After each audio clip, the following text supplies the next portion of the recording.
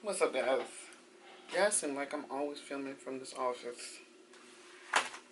And probably because I'm always here, except for on the weekends.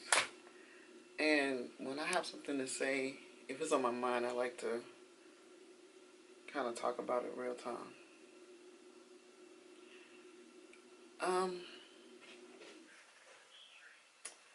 Yeah, I want to talk about, oh my goodness, y'all. Okay. Trying to figure out how to talk about this. And I want to talk about it from a parent's perspective. I'm trying to find y'all something I can put y'all so y'all can get enough. Okay, you know what? We're gonna play pretend. I want you to go into pretend mode. But when you get into this pretend mode, I want you to actually feel the emotions.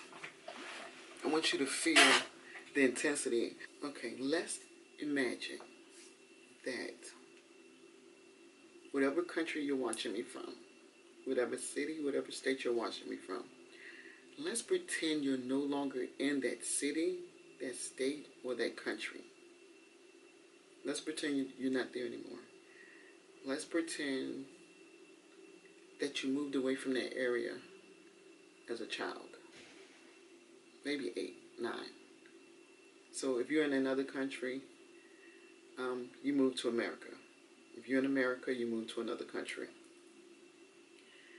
And you've been there since you were 8 years old. Your parents came, brought you with them for a better life, a better way. You grew up, you went to school, you graduated, you got a job, you had children. You know little to nothing about the country you came from because the country that you're in is all you know now.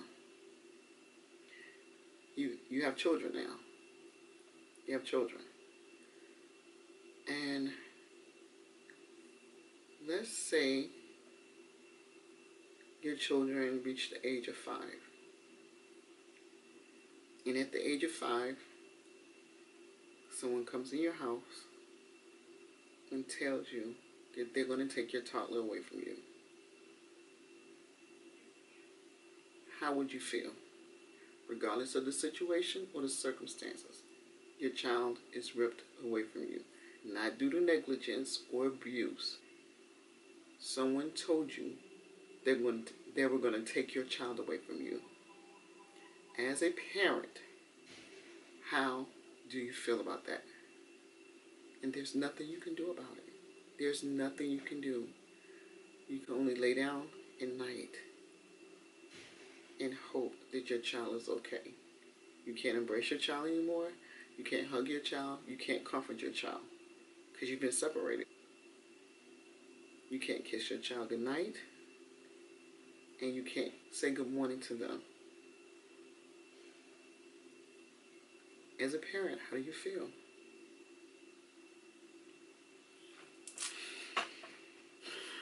See, number 45 has gotten it wrong. Number 45 has gotten it so wrong, and I feel like it's a crime against humanity that he's ripped these children from these parents. He separated them and put the children in what looks to me like concentration camps. How, as a mother or father, can you look at this and justify it? How is a human being that has loved anyone, can you look at this and justify it? I don't get it, I don't like it, and I do not stand by it. Number 45 has gotten it wrong. Now, he did recant the initial order. He rescinded the initial order. But mind you, before rescinding that order, he stood by it, and so did his staff. He rescinded the order, but only after pressure. He stood by that order. It's wrong. He's wrong. There's nothing right about this. I get it. I understand. Okay, so I think it should be a case-by-case evaluation. That's how I feel. Evaluate each case and then make a determination. But under no circumstances should these children be ripped from their parents. None. There's not one big enough or significant enough to take these children away from their parents if they're not abused, neglected, or abandoned. Why would you take these children from their parents? I'm looking at it from a parental standpoint. I don't think they understand the repercussions and the effect that this is going to have on these children. They're not going to trust anyone. Why would they?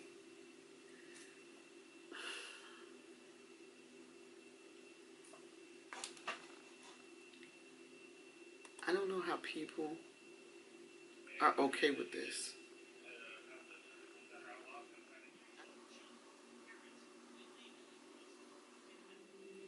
How is that okay?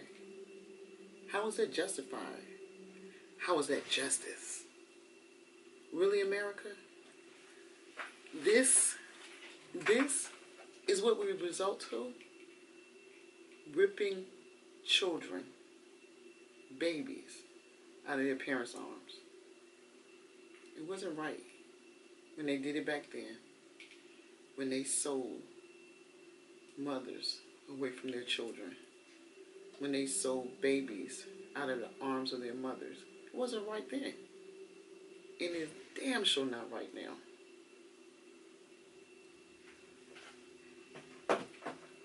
"45 has gotten it wrong." Yeah, I've said this in the privacy of my home, and I'm going to say it now. He's not my president. He's number 45. He's not my president. But he is the mistake that my country made. Because I can't say I don't want to claim him, but I want to claim my country. So what I'm going to say is number 45 is America's learning lesson. I hope we get it right next time, so that not one more child has to go to bed wondering why they can't say goodnight to their mother or father. This is ridiculous. I hope we get it right next time. We can't afford to get it this wrong again. Alright, guys.